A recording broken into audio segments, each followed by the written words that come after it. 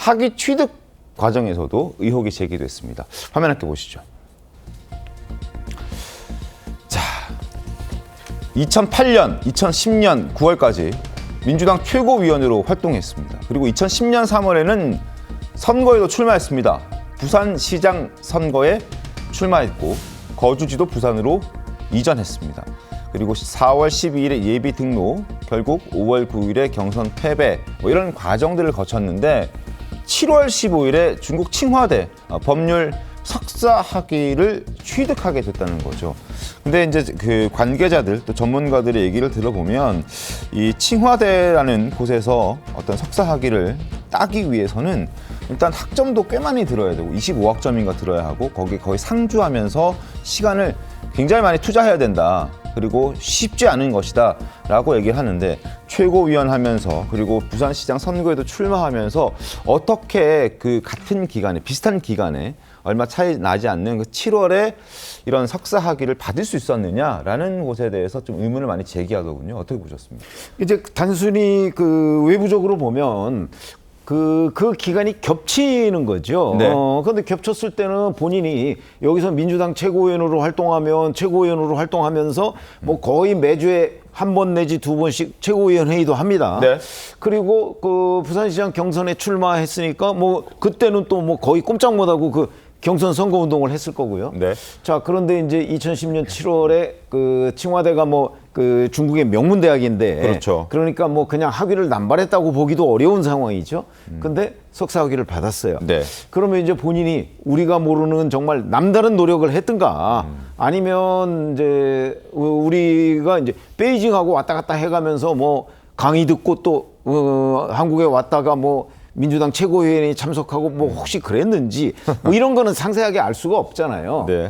근데 여하튼 저런 딱 겹치는 기간이 있단 말이죠. 그래서 이제 의문을 제기하고 그래서 본인이 그에 대해 해명을 해야 되는데 본인 그 오늘 아침에 해명을 보면 뭐 정상적인 과정을 다 밟았다 정도만 지금 나오고 있어요.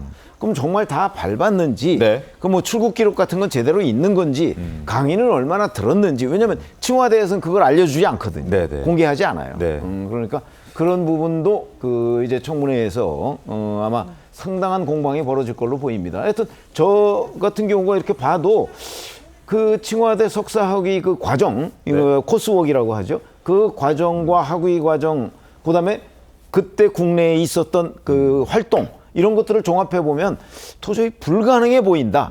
이게 제 판단입니다. 최소 25학점의 연구 과정을 거쳐야 되고 10개의 과정을 또 거쳐야 된다고 합니다. 그리고 칭화대 본교 캠퍼스에서 수학을 해야 한다. 그런데 그 과정이 최고위원 했던 시기랑 그리고 부산시장 선거에 출마했던 시기랑 겹치면서 과연 이게 정상적인 학업을 하면서 취득한 석사 학위가 맞느냐, 심지어는 이 석사 학위가 제대로 된 게 맞느냐라는 의혹들도 제기가 되고 있고 국민의힘 김기현 의원은 이 의혹을 좀 집중적으로 제기를 하고 있는데요. 김민석 후보자의 아바타가 아니고서는 불가능하다는 지적을 했습니다. 장윤주 변호사님, 네. 어떻습니까? 어떻게 좀 봐야 됩니까?